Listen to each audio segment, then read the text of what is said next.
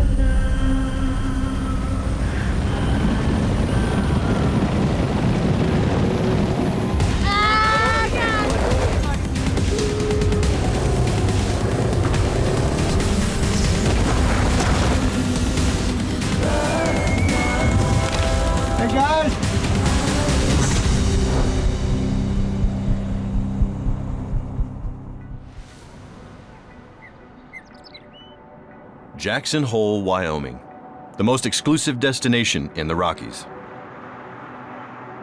It's America's front door to the Tetons, where inspiring peaks and record-breaking big game are just part of the appeal. All that's appealing about Jackson is summed up in local real estate prices. They remain staggeringly high. Because of its natural beauty and limited private land, Jackson Hole is one of the most coveted real estate markets in the entire country. So putting down roots here means spending $2 million on a home that might go for $250,000 in other parts of Wyoming. For many who want to buck up and buy in, this is the man to see.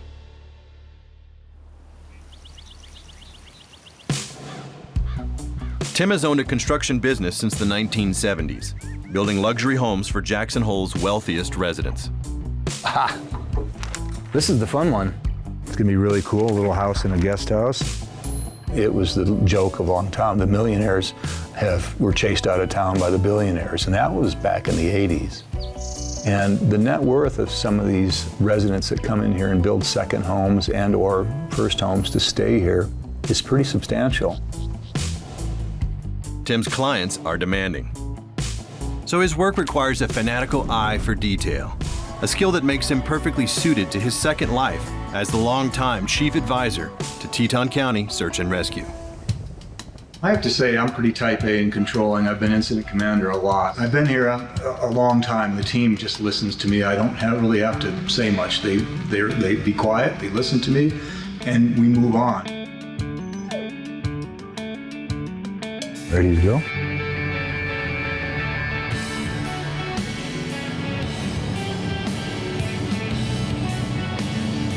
Well, years ago in 1992 in the fall, there was an ad in the paper for volunteers to apply to be on a search and rescue team. The person that was the leader of the team led for about 2 years, and then he moved up to become the undersheriff at the sheriff's department. And immediately we realized we needed a leader because we were starting to have organizational issues, and I went into his office and I said, you know, we need to have a leader. And he says, great, you're it. And once I was chosen, I never looked back. Today, Tim is on his way to be among old friends as he helps oversee a joint training exercise between SAR and 2 other rescue teams, the Jackson Hole Mountain Resort Ski Patrol and rangers with Grand Teton National Park. The mission? To practice patient evacuation from an exposed mountain ledge. I'm coordinating 2 ground rescue teams of search and rescue folks. We're putting everybody in the field now. The first order of business is to get our short haulers inserted near the snow border. The heli shuttles people and gear up to the training area. That's where volunteers Cody Lockhart and Dr. A.J. Wheeler walk ski patrol through the do's and don'ts of helicopter evacuations. I haven't been told that I'm flying or not, okay? AJ, You're going out second flight out. Using a stretcher roped into what's called a short haul line that extends from the bottom of the heli. This simulates a real rescue, with Tim practicing his role as incident commander, giving orders by radio. Hey, T1 IC, go ahead and make a plan and get back to me what your mode of extraction is, and let me know and what I need to do down here for your support. We do have our patient packaged in a suck bag, and at this point I think just a Bowman bag would work. The litter is the stretcher used to stabilize the patient, and the Bowman bag wraps the person up in order to shield them from the wind and cold. The litter in the Bowman bag, they basically have a sled attached to them, needing someone to grab a hold of them. I won't lose you. You comfy? Yep. Okay. 50. 50. Copy 50. Then I'd say. The decision was made to short haul John and myself in with the litter to help extract the victim. It's standard procedure for the rescue team member to be harnessed with the patient during a short haul rescue. The team, made up of park rangers, ski patrollers, and SAR volunteers, executes a flawless extraction, flying 2 crew members and a patient in the litter off the ridgetop and down to the landing zone. Good job on that rescue, guys. Keep it safe. It was really good. Well done. See you down the bottom. Teton County Search and Rescue often trains on Saturdays. And because weekends are when more people explore the backcountry, it's not uncommon for a training session to end with a call out for a real rescue. 911, where's your emergency? I'm calling to report that a group of friends was supposed to be back from a trip to the Darby Ice Caves, and they're not back yet. This time, the call comes in from Idaho, on the other side of the Tetons from where the team is winding down its ridgetop training. Not only is this rescue alert coming from the opposite side of the mountains, it's also in a place totally unlike where the team spent the day. When we get a call, a cave rescue, the urgency is extremely high there. So the issue is, what do we do with training? We need every single person here to get them out, so we need to go. Because this call is for 3 missing hikers who were last seen headed for the Darby Ice and Wind Caves, which means they could be lost underground. The scenarios are, they're just late and they're post-holing out. An avalanche is a likelihood, or they could be hurt. The hikers might be injured or suffering from hypothermia. So Tim leads the team to gather what it needs to race over the mountains where the road ends and a difficult trail into the backcountry begins. Hypothermia is a real threat, and that's what our ticking time bomb is if we can just get to these guys quick enough.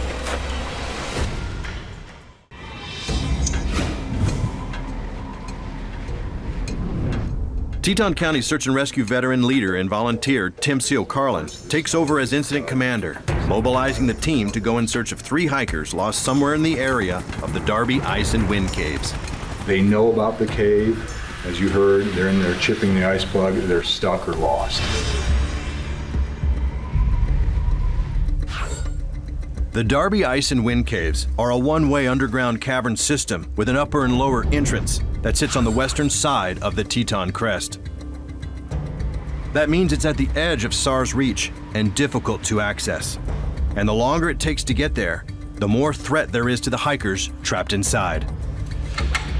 We get a call, a cave rescue, it's a really big deal. It's probably our worst case scenario. We're concerned that they're dying. The team relocates to the trailhead closest to the caves. Tim is in charge, and this is his command post. I want a fast team, a follow-up team with more gear, and a third team with big gear and a backup. First thing we do in an incident, we establish the incident command, and then we put a game plan together within the first 3 or 4 minutes. And then we'll have operations, and operations are the folks that are really making the decisions what's going to happen in the field. Forward operations are run by hasty teams and guided by the best athletes and most skilled survivalists, including Jake Urban, owner-operator of the Jackson Hole Outdoor Leadership Institute. As a hasty team leader, my role is often making sure that the rest of the members on that team understand what the objectives of our mission are. But before Jake and the other volunteers head out, Tim gets an aerial surveillance report. Okay, team, go ahead. There looks to be evidence of a new slide south of main Darby.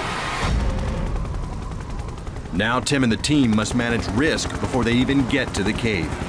But for Jake and the other first responders, risky challenges are part of the appeal. They feel ready for whatever this backcountry might throw at them. Everyone on this team is a volunteer. Everybody knows what they've signed up for.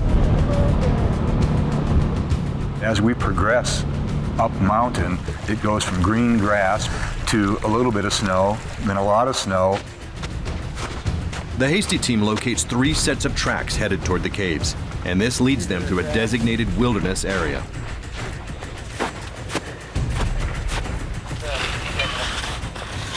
Well, wilderness areas are tough. A long way back from civilization. They have no roads. Gosh, wildlife, bear, terrain that nobody's really been into. I'd like to know, what you think if they actually did go to the ice cave. Hasty 1 copies that. We'll continue on.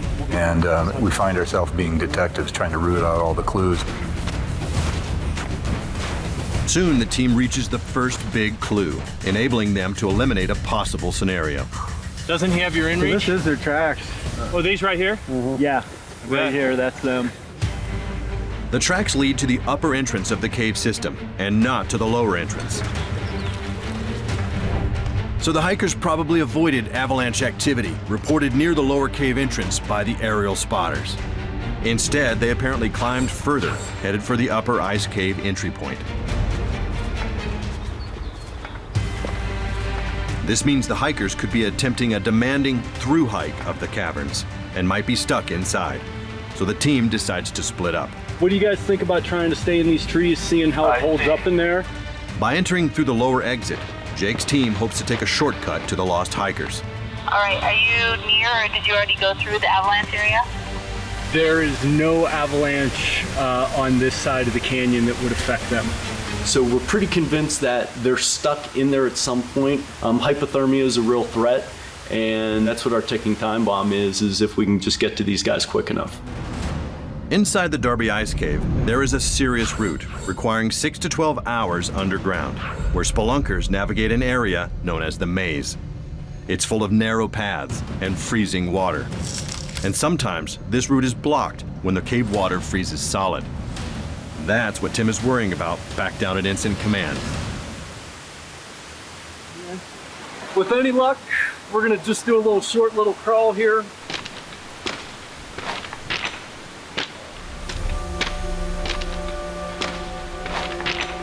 But there's typically an ice block that builds. A lot of folks don't realize that, so they will go in the ice cave and they work their way down, pull all their ropes off the other drops, and they can't get out. And that's exactly what Jake's team finds. A plug of rock-hard ice blocking the way. Then, through the ice, they spot lights and guess it's the hikers, trapped after a long, cold night in the cave. All 3 could be succumbing to deadly hypothermia. That's his light. He's right. Hey guys! So yeah, turn off your light. After getting to the ice plug, the only way we were able to confirm that they were behind it was we could see light. Yeah, it's moving. He's right there. Yeah! Dude, that's his light. Is that coming from outside? Hello! We need to get this started. Just go to town. Watch the shrapnel in your eyes. Go for the high spot where the light's coming through. Jake has no way of knowing the thickness of the ice plug, or how desperate a condition the hikers may be in on the other side. So check it out, they're flashing. Hey guys, can you hear us? I've seen this pretty thick before in years past. And this could be 20 to 30 foot thick. In extreme cases, hypothermia can kill in under an hour, with victims becoming delusional or spiraling into a state of hysteria. He's right, guys!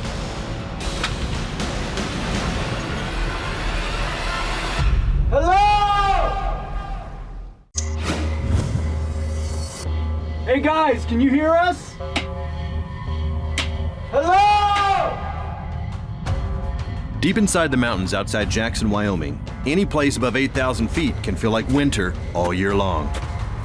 Just below snowline, Incident Commander Tim Carlin oversees a rescue inside the Darby Ice Cave. He has to decide if he should risk sending in another team from the upper cave entrance. There's ice falls in the cave, there's vertical shafts, there's water right up to your neck going through passages. It really is a challenge. It's like he's above us, and you can't really get up there.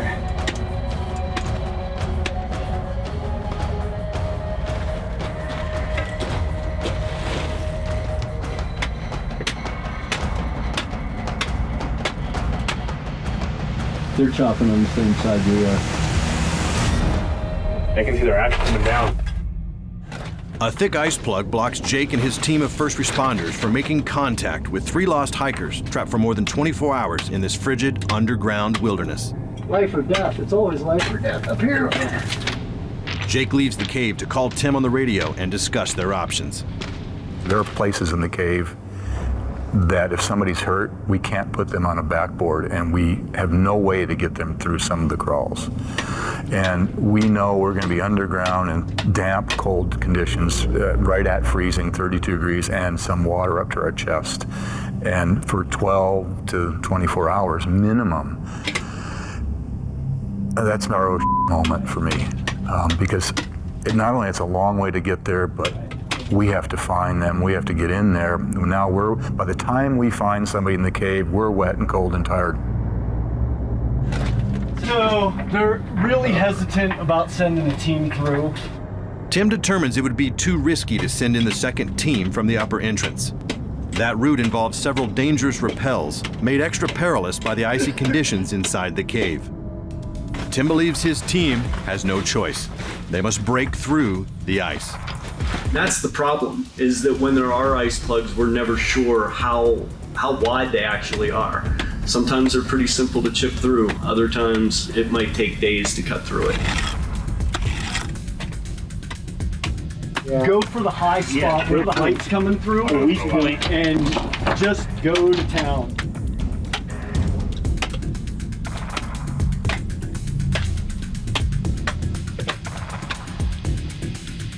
Hey guys, can you hear us? Once we began to break through the ice, water started to come out of it. This thing starts flooding. Get up high. That may not be a good thing.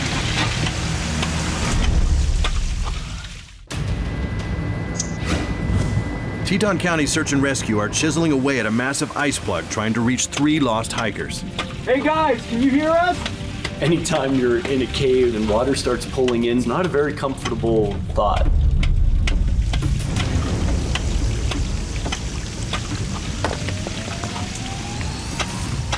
Luckily, the meltwater passes, but it raises new questions about the condition of the lost hikers on the other side. Yo! Yo, yo! Can you see through this hole? Hey guys, can you talk to us? Finally, they chop open a porthole so that one of the rescuers can slide through.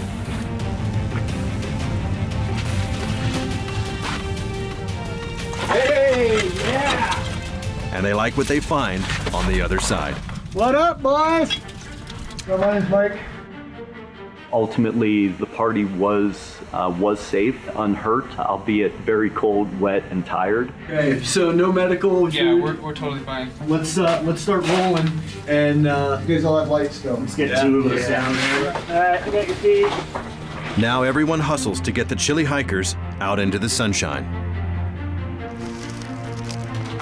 Sun, if anything, it'll energize us. I would think that heat's gonna feel good. Oh, Glad you guys got us. Put in our best folks. They went in there and they know the cave, they know how to, high-angle systems, and they know what to do in that environment.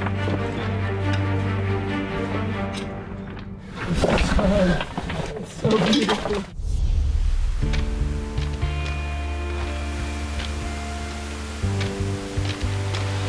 and the good part, it's a rescue.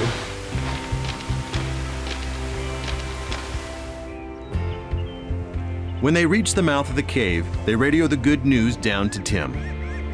Good day. Jake is just naturally a good mountaineer and a good leader, and he was the right guy that day.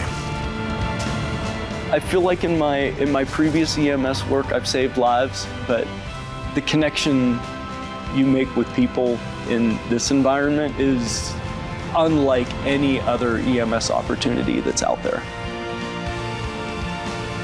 Together, Tim and his team savors moments like these, when training, attention to detail, and hard work pay off, and everyone goes home in one piece.